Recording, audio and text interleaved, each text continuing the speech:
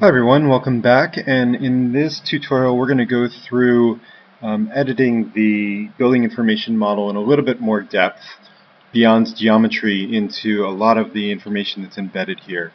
And as an introduction to this, I want to show you back in OpenStudio here we see our model of Worcester, and you see on the left the basic geometric and building information model entries for the model as a whole. It has the name of the building, the rotation, the terrain settings for wind, loads tolerance, temperature tolerance, etc., etc. And you see also that there's this output down here, which we can't change, although if we change one of these, you can see that it changes down here. And, or maybe I'll change this to be a little bit more obvious. It changed right there. And so what all this is a way for us to, the user interface for input. But down here, it's confirming what that input is and what the output should be. And that output file is the IDF file itself. So when we save this as an IDF, what we're doing is saving essentially a text file with all this information in it. So if I go and open my finished geometry just in a text editor, you can see here that it generates this text file. What OpenStudio is doing is generating a text file, and let me show you this so you can compare.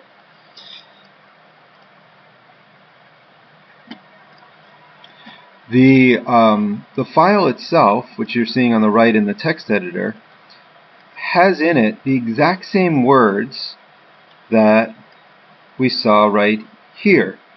So effectively, this is writing a file which now we're opening in text editor.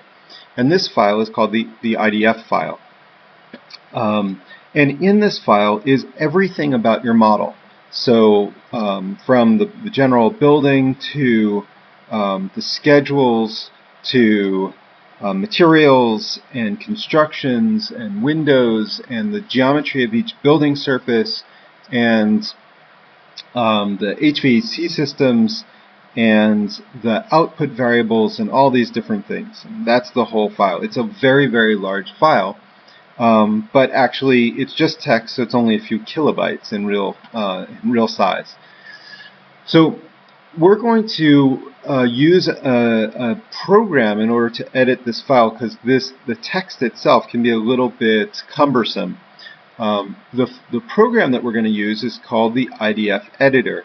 And to open the IDF Editor, what you should do is double-click on the IDF file, and it should launch this dialog box called EP Launch, Energy Plus Launch. And what this is basically a launch site for various things you can do, including run simulations. In fact, let's run a simulation very quickly. I'm going to open that file that we've been working on, and actually before we run it, I just want to show you. So if I click on Edit Text, it'll open in that same thing in a text editor. If I click Edit IDF, it will open the IDF file in the IDF Editor. And this IDF Editor, I'll show you just a quick overview of it. All the different kind of available options that Energy Plus can do are called classes. And that's sort of a larger folder or subset of parameters. And then for each parameter, you can select for, oh, this is a bad example. We'll go to simulation control here. Now let's go to building. So we've just been looking at this anyway in OpenStudio, and we can change all of those things right here. So if you wanted to change your building name, you could change it in the OpenStudio, or you could change it right here. And to make and each one of these is called an object. So you see this says obj1, that stands for object 1. So within each class is one or more objects. And generally there's some very useful description here in this pane that tells you more about that object. And if you have questions, sometimes just clicking on the side here will help you to understand what a typical input would be, what a default input would be, etc. So you can enter text directly into the cell, or you can look at the drop-down menus here. There's usually a down arrow when, well, there's always a down arrow when there's options available. In this case, you see that there's 0 as a default. In this one, you see that there's actually a few different choices available as a drop-down menu. So that can be a helpful tool. Let me show you a little bit more about the interface here. Up at the top you see that there's a series of buttons, and you can add objects by pressing New. You can duplicate an object using this one here. You can delete an object using this one here. You can copy an object using this here and paste using that there. That's actually much more convenient or useful when you're copying between two IDF files. Keep in mind a few things. One is there is no Control-Z, there's no undo command in the IDF editor, and I can't tell you how many times I've messed up a file because of that. So it's very, very important that you save early and often, and you use good version control so that you keep numerically advancing your file names. So just keep going right up through the number system 01, 02, 03, 04, and on up. And that way you can always revert back to an earlier file if you find that you've messed something up. The files are not very large, so it's easy to just keep them all for the time being at least. Another thing that's important to note is that when you delete an object, so I'm going to delete this and delete this, if I were to delete this guy, I would be missing my building information from the model, and the model would not run. So it is vitally important, if you happen to be deleting things, to make sure that you're deleting only what you mean to delete. And this Energy Plus on the whole is relatively sensitive. It's very sensitive to unknown values. So for instance, if I just added a new object like this and had two of these that happen to conflict with each other, then this would be real bad. It will return a severe error and the simulation won't go. So be very careful with adding and deleting things. By and large, you won't need to add new objects because this template that I'm giving you has most of what you'll need populated. What you'll need to do is change the values within the objects.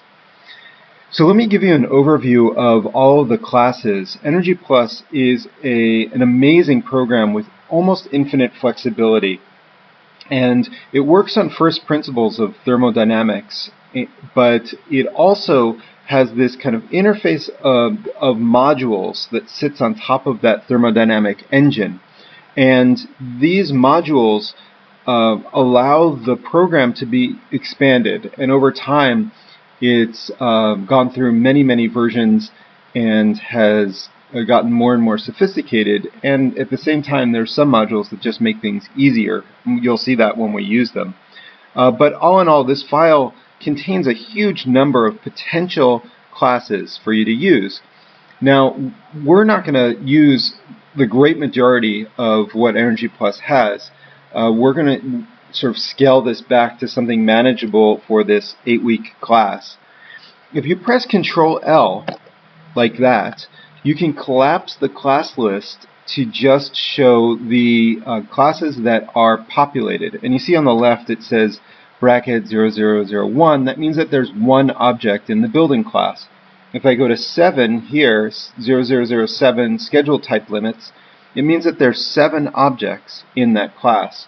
So as a thumbnail, you can kind of see how much each of these classes are populated. You can see right away the schedule compact has a lot of schedule. It has 28 different schedules in here, and I will walk you through how to use those different schedules. Now, before we get too in-depth on everything IDF Editor related, I want to just take a step back for a second and open up the Zero Energy Building Dashboard, ZEB Dashboard.xlsx. And please download this from the class folder. This is going to be your dashboard, kind of like your car dashboard. It's going to help you to visualize and interpret the output from the simulation data that the thermal engine spits out. And there's several tabs at the bottom here that you're going to be using throughout the semester. And on this first tab, it gives some instructions about how to use it. In general, the red text is my instructions to you. Make sure you read that carefully. The yellow highlighted box are data that needs to be input by you. The green ones show that there's some formula that's being filled out for you. And here's a little summary of the different tabs at the bottom. I'll run you through these real quickly. The variables tab will be a cut and paste type tab. You're going to take variables that are part of the output and paste them into here. The table is the same thing. It's a cut and paste kind of thing. End use is going to give you the summary of annual energy by end use. The input-output summary is what you'll be concentrating on for this assignment, and I'll explain more about that in a bit. Come back to that. The input-output example is just simply the input-output summary, but populated for Worcester Room 214 as an example. The year is a series of annual graphs. I'll zoom out here so you can kind of see what's given. A series of annual graphs on the left and the right that will help you to interpret the data. And these are all linked to the variables tab. And then the week also has a set of graphs that are line graphs that are intended to help you see the data in a little bit more detail at a smaller and a more granular level, the week level. And I'll explain a little bit more about these in a second. Later in the semester, we're going to look at renewables, including photovoltaic systems and wind turbines. And we're also going to look at total energy use, and you see on this last tab a kind of running total of energy use by end use, both as a summary and as a annual total. And we'll talk about that more. Finally, on this last tab, it's called the Viz panel, and what I've done here is set up a couple graphs. There's a heat map type graph, there's a line graph, and there's a second line graph, and all of the different variables that Energy Plus is going to spit out for you as part of this template file. And the way this works is if you input a variable, a number here that corresponds to the variable, so 2 is the outdoor dry bulb, this graph and this one, let me zoom out here so we can see these better, will change, and so this is colored by the extreme. So the high in this climate is 33 degrees centigrade, and the low is 0.75, and that's how this is colored. And you can see that that those correspond. Say this 33.38 is probably this value right here, which corresponds to that dark line right there. So that's how that works. And then this second one is this graph down here. So if you want to change that to look at, say, wind speed, number 4, I'm going to zoom back out, and this is now graphing wind speed here relative to temperature up here.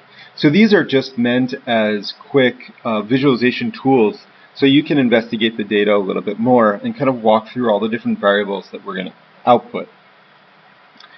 Now, that's kind of a look ahead.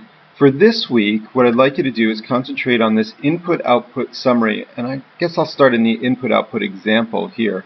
It'll be easier to see what's going on. And for this is filled out for Worcester room 214, and I guess I should walk you through all of this. The starts with the building area, the total area, as opposed to the analysis area, and the area of the utility bill. And then the efficiency of your heating, cooling, and hot water systems. I'll come back to that later. We'll talk about that more. So we're going to skip over that for now. And then all the different model inputs. So this is it's good. I don't know how many of you cook, but when you cook and follow a recipe, it's always a good idea to prep all the vegetables and measure out your sauces ahead of time. That makes making it a lot easier. This is like prepping the recipe. So before you start trying to edit things in the IDF Editor, please lay out what it is that you'll be changing. And so I've got some parameters here. These are all the major parameters that you'll need to change. People, lights, equipment, process loads, hot water. Those are part of the internal loads. And I'd like you to write what your case study actually is in this column here. It says actual or assumed. If you don't know, make your best guess. And then you'll see about these benchmark and hand calc ones in a second. But then the base case here is going to be your baseline model, and it's going to show what's different or the same between reality. So for instance, in this case, in reality, people are in Worcester room 214, somewhere between 50 people at 120 watts per person, if they're awake, from 9 a.m. to 5 p.m. Monday through Friday, more or less. In this case, what I'm saying is that we're going to model 50 people at 120 watts per person, but the building type is going to define the schedule. It's not precisely 9 to 5 Monday through Friday. There's a schedule built in to the IDF file that we're going to use. And so that's why this is highlighted in red, because that schedule is slightly different, or pretty grossly different actually, than this here. And as you know, energy is power times time, and so time will make a big difference. What the importance of your energy model here is not necessarily that you are replicating reality. What you're trying to do is learn about your building and understand where the push points are. What's the sensitivity? What's going to be important to change? What will make a difference? And so it is, the better you can approach reality, what's actually happening in real life, the more confidence you can have in that. But there's going to be some expedient ways of constructing the model that won't allow you to do that. And actually, the climate, as you all know already, is the first thing, because your climate you're going to be using the TMY data, and that is not necessarily what any given year is going to look like, especially with climate change. Okay, so we've got people, lights, equipment, process, and hot water for the internal loads. And then we've got some envelope loads, starting with climate. So the building is located in Berkeley, but we're going to be using the Oakland's TMY data. So I've highlighted that in red to show that this is going to be different than that. Orientation, geometry, context shade, exterior shade, interior shade, the window type, exterior walls, floors, ceiling, mass, infiltration. And in this tutorial, we'll go through each of these and how to best approximate them. But fill this out to the best of your ability. I've also got some references here that will help you if you're not sure. So SWL16 means sun, wind, and light, strategy number 16. And we'll discuss those in class a little bit more.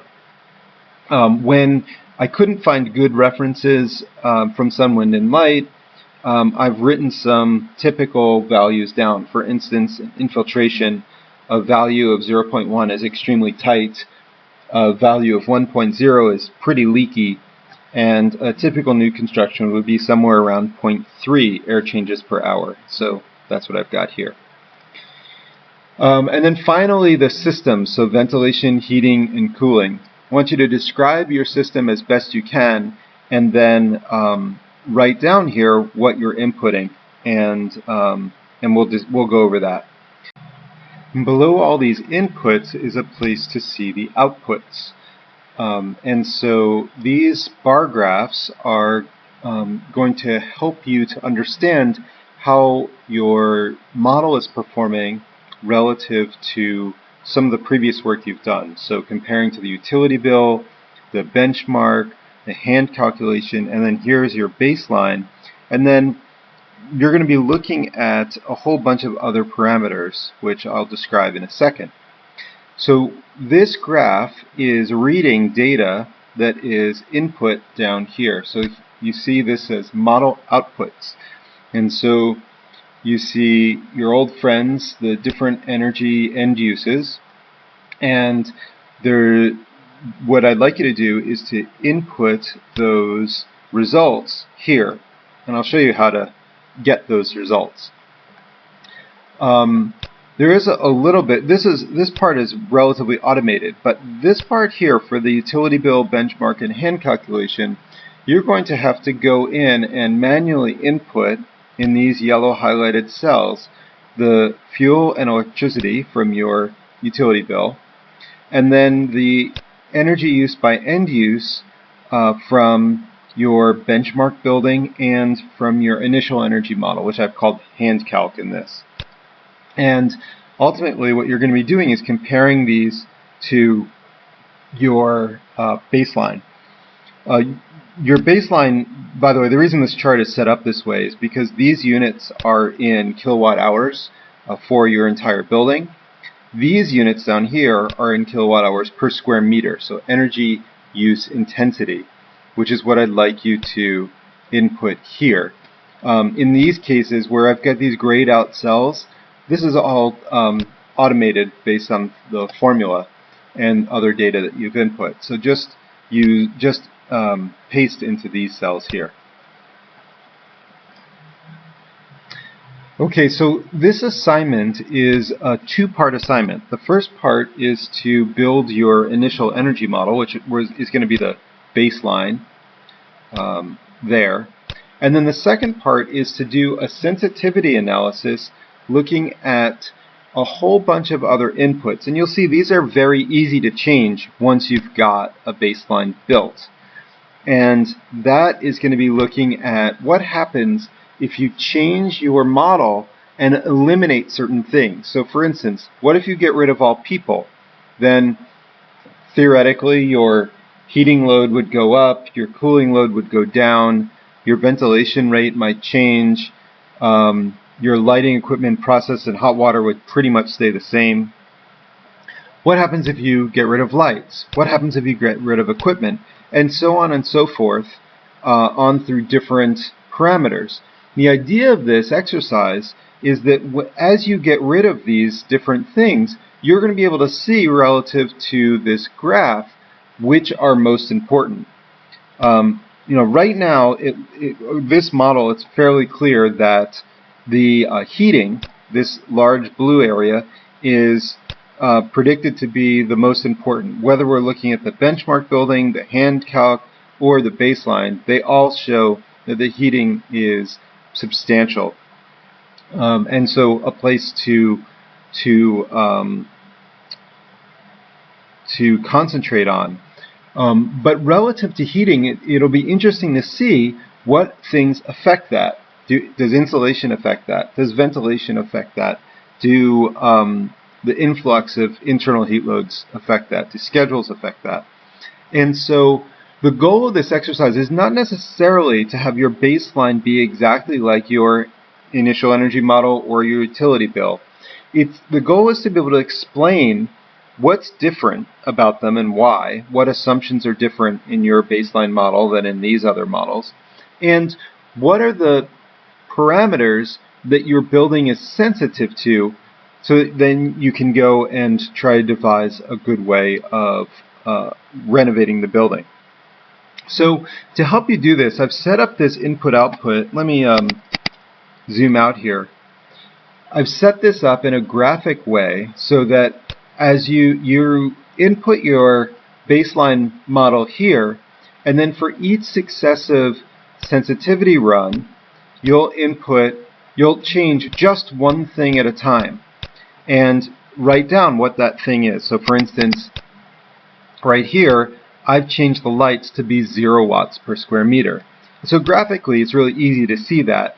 And everything that's white, I've assumed to be the same as my baseline case. So I've still got 50 people, I've still got 25 watts per square meter for equipment, but now for lights, I've got 0 watts per square meter. And so every run, I'm changing something and changing it dramatically so that I can see what effect it will have. So this chart looks like a really large involved chart, but it's really just a graphic way of representing what you're changing. And most of all, it's for you to keep track of where you are in the bigger scheme of things as you go through, and you don't lose track of what you've input and where you still have to go.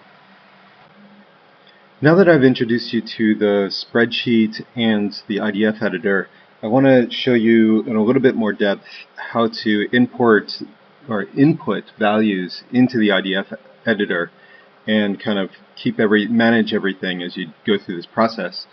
I'm going to follow the tutorial, the sensitivity analysis tutorial pretty closely, so I'd encourage you to look at that. In class, I passed out the assignment, which is about, I think it's 2 pages or 1 page front and back. The rest of it's about 17 pages of tutorial you can find online on our class folder, and I encourage you to not just download that, but also print it out so that you can keep track of things as you go.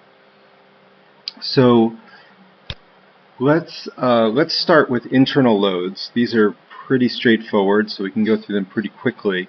And here I am in the IDF editor, and I'm going to go right down to people. You can see that people, lights, equipment are all located in the same general area here. So let's start with people, and I'm going to fill this in for Worcester Hall Room 214.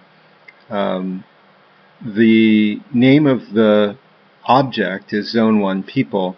The name of the zone is Zone 1. The schedule of people coming and going is this school OCSG, or occupancy schedule. That's what it stands for. Number of people calculation method, it says people, and if I click on this drop down, you'll see that there's 3 options. I can either select people, people per area, or area per person. And these 3, number of people, people per zone area, zone floor area per person, will depend on what you select here. So right now I've got 25 people because, well, in our case we've got 17 people.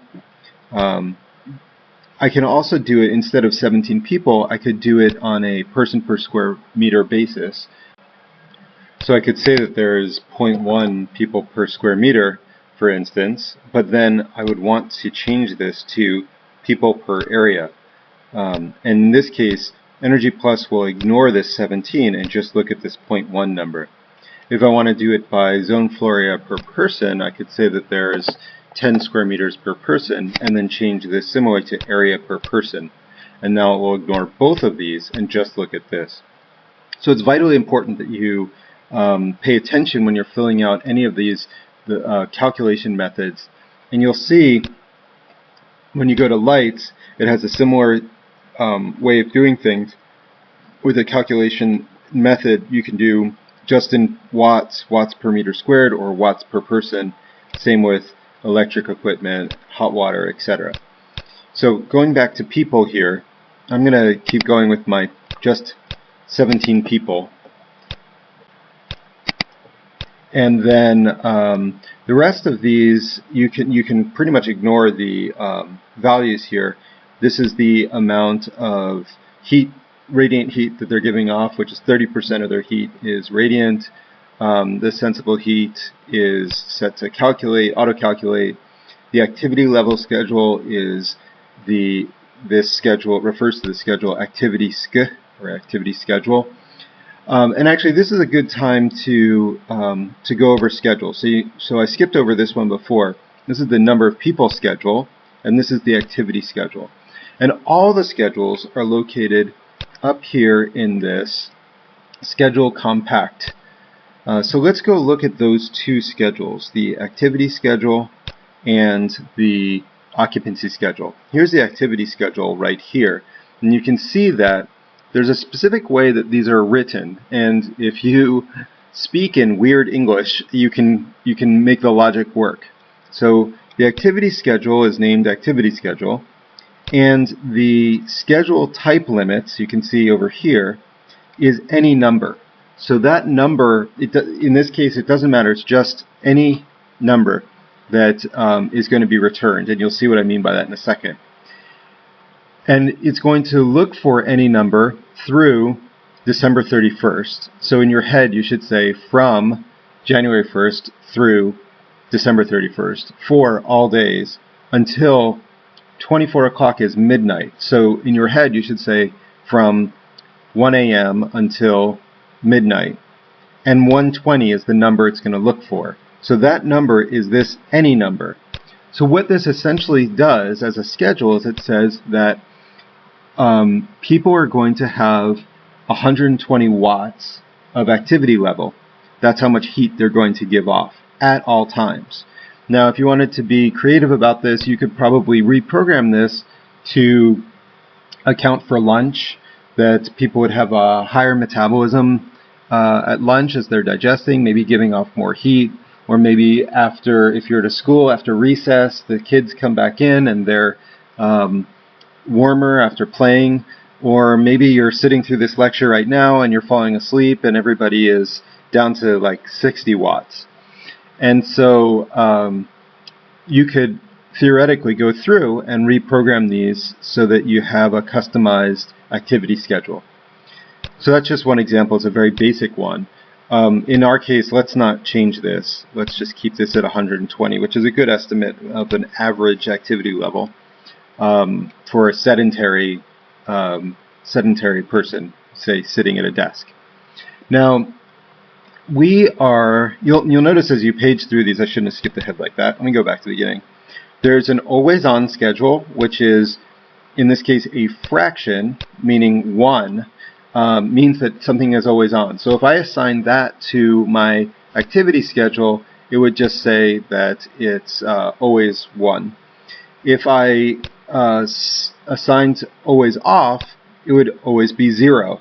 And what I mean by assign is going here and instead of assigning this activity schedule, I could assign it always on or always off.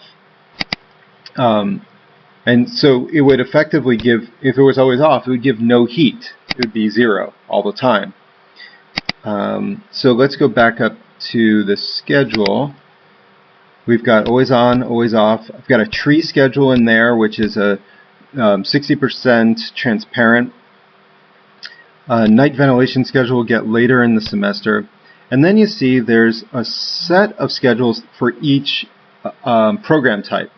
So off is abbreviation for office. So we have an office light schedule, an office equipment schedule, an office domestic hot water schedule, an office occupancy schedule, an office cooling set point schedule, that's for your thermostat, an office heating set point schedule, that's for your thermostat. And then, so those are all the office schedules. And then we move into residential. So for the house or apartment, these are the schedules you use. This is residential lights, residential equipment, residential domestic hot water,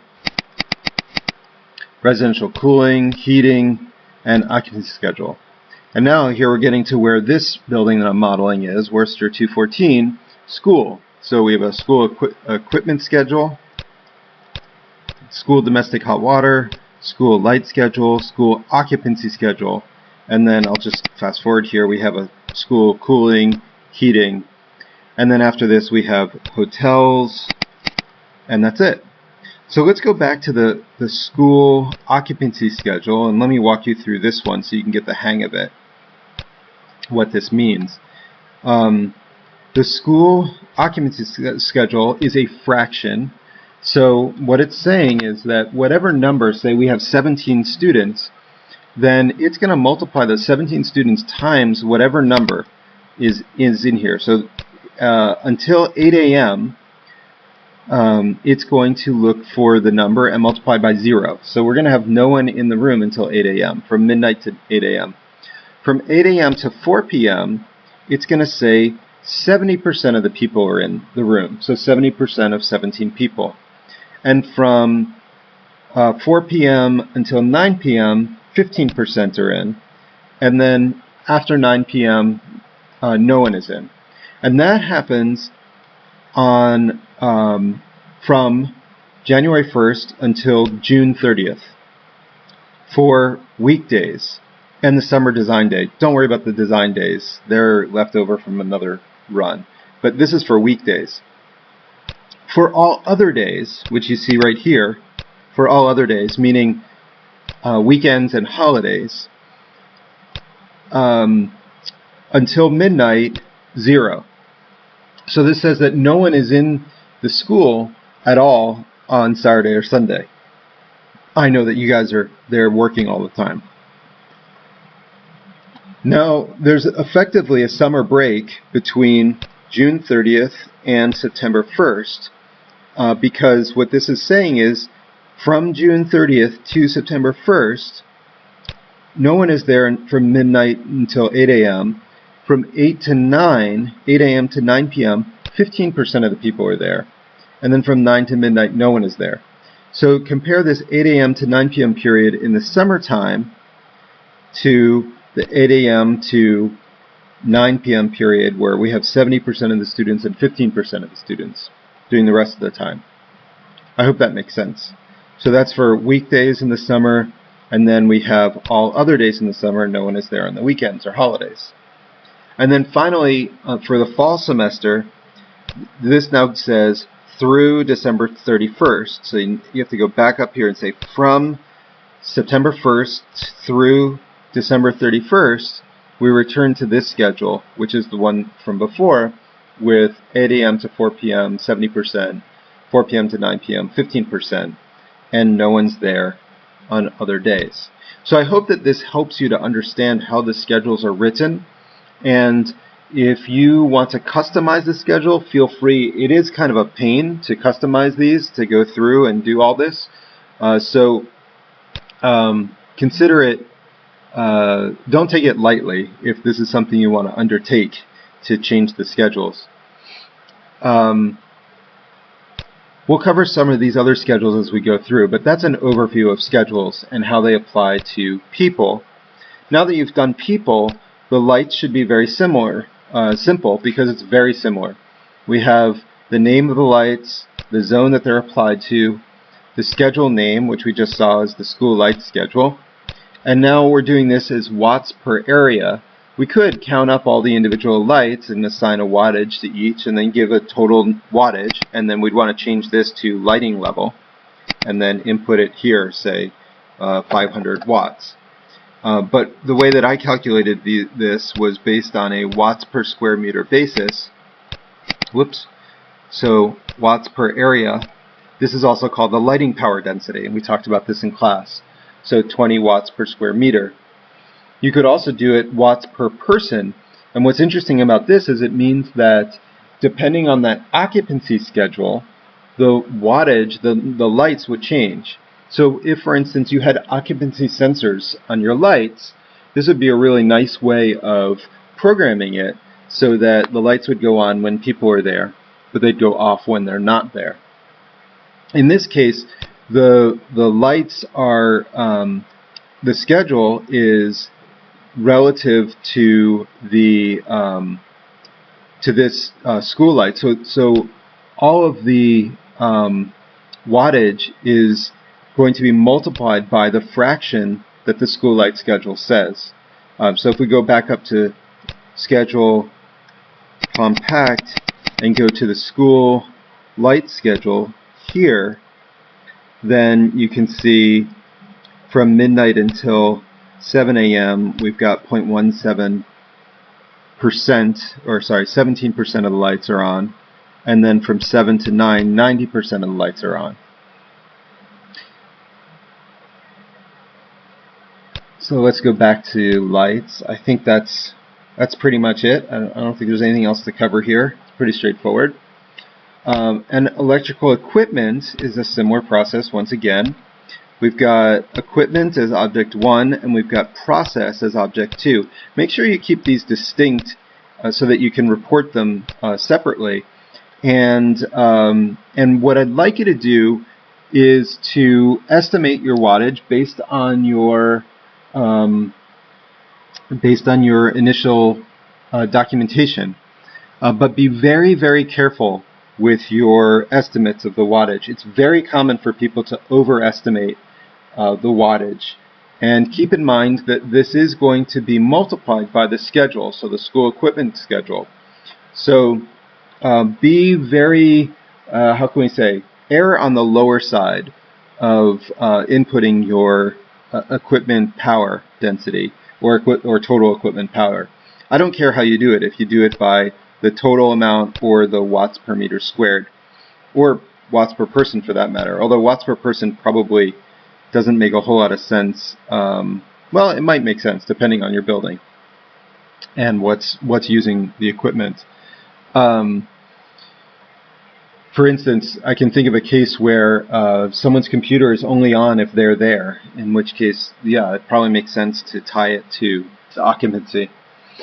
But I'll leave this up to you to figure out the best way of going about it.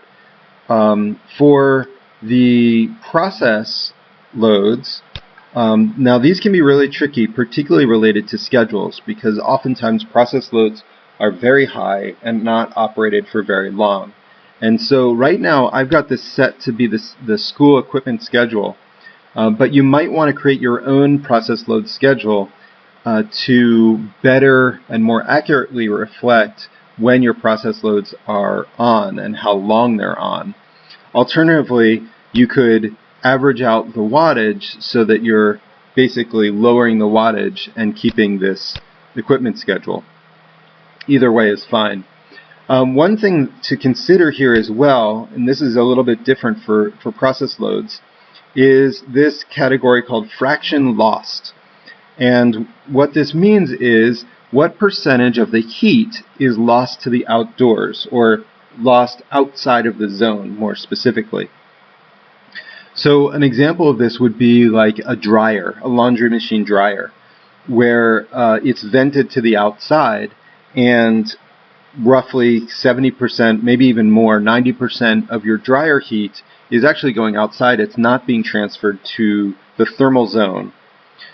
Some other examples might be a server room that is in the basement or remote, off-site, that is not warming up the zone, or a say an exterior load like a conveyor belt that might be somewhere else. If it's something that's completely outside the zone, you can set this to 1, and that will have the entire load be lost to the zone.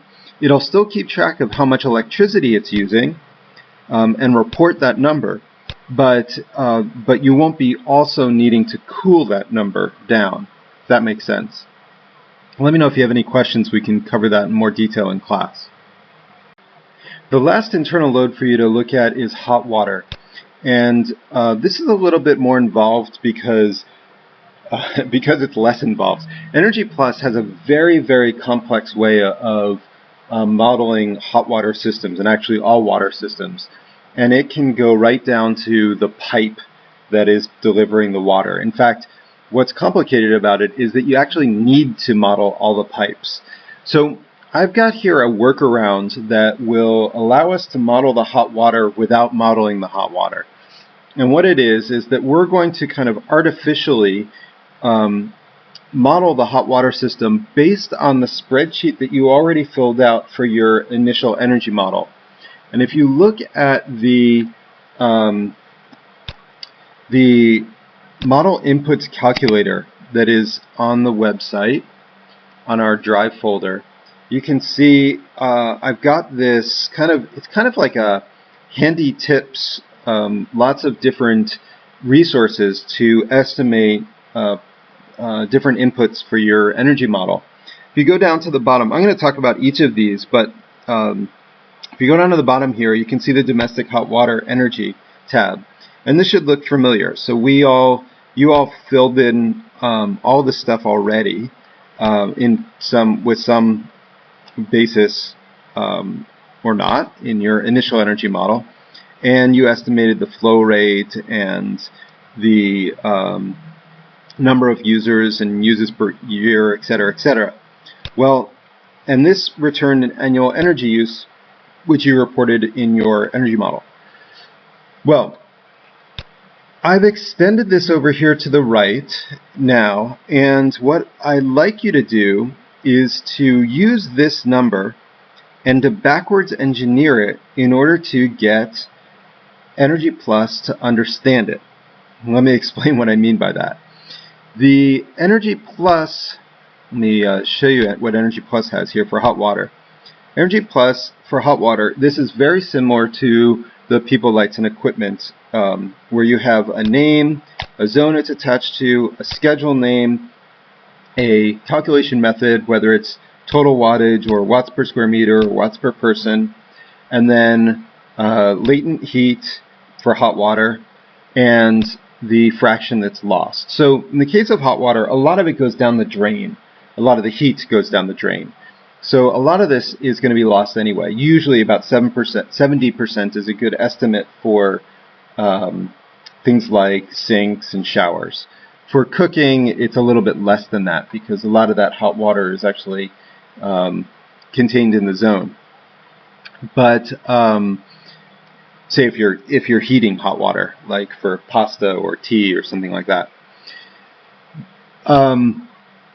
So here's the challenge, that energy is power times time. We've got time here represented by the school domestic hot water schedule.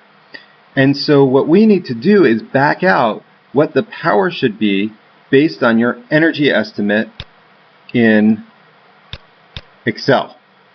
So here's how to do this. I'm going to move this over.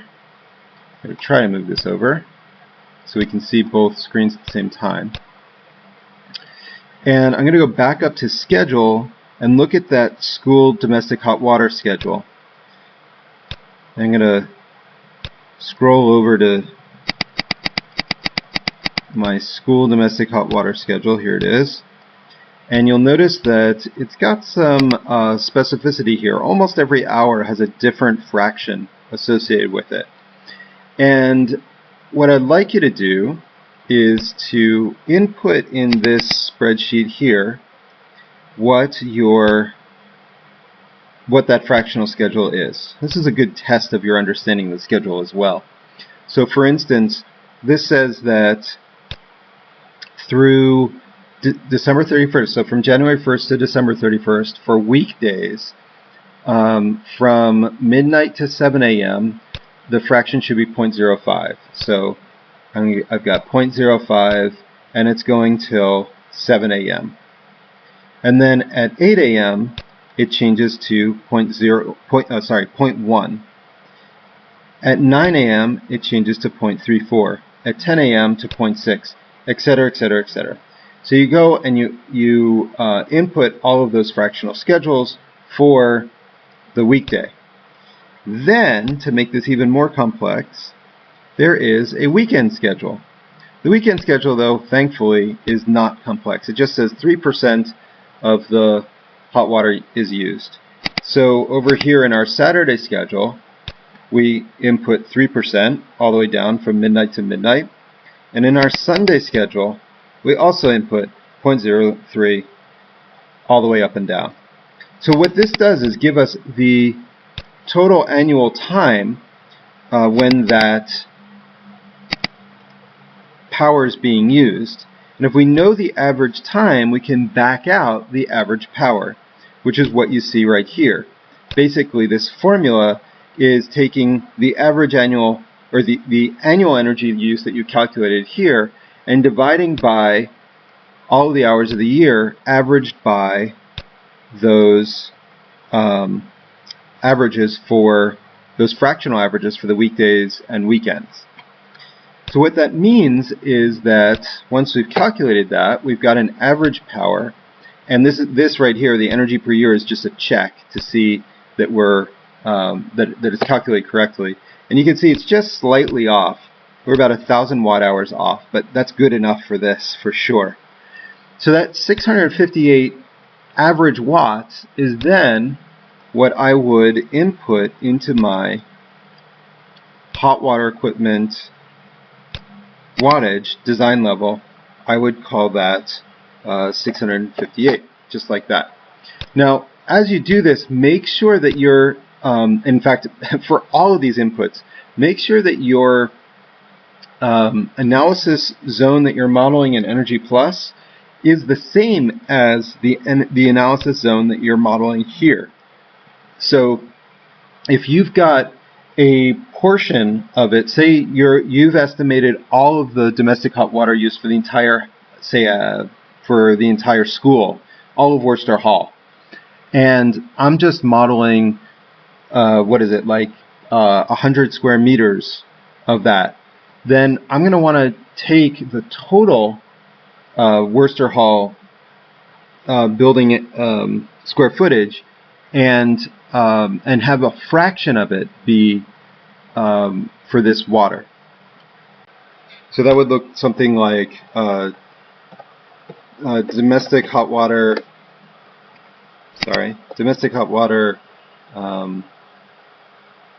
area is 120,000 or 12,000 square meters, and E plus area is 120 square meters, then I'm going to move this over so I have a little bit more room here.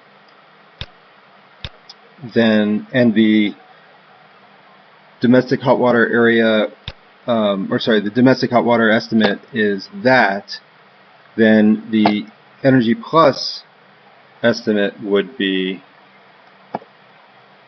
that divided by that times that, cross multiplication.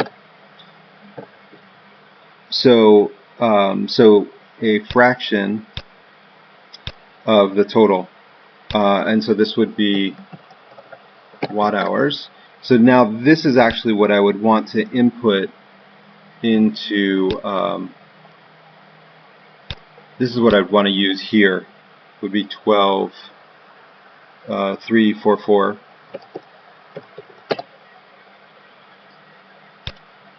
Which will then adjust all this down, and you see you get 7 watts of average power rather than what I originally had, which was 658.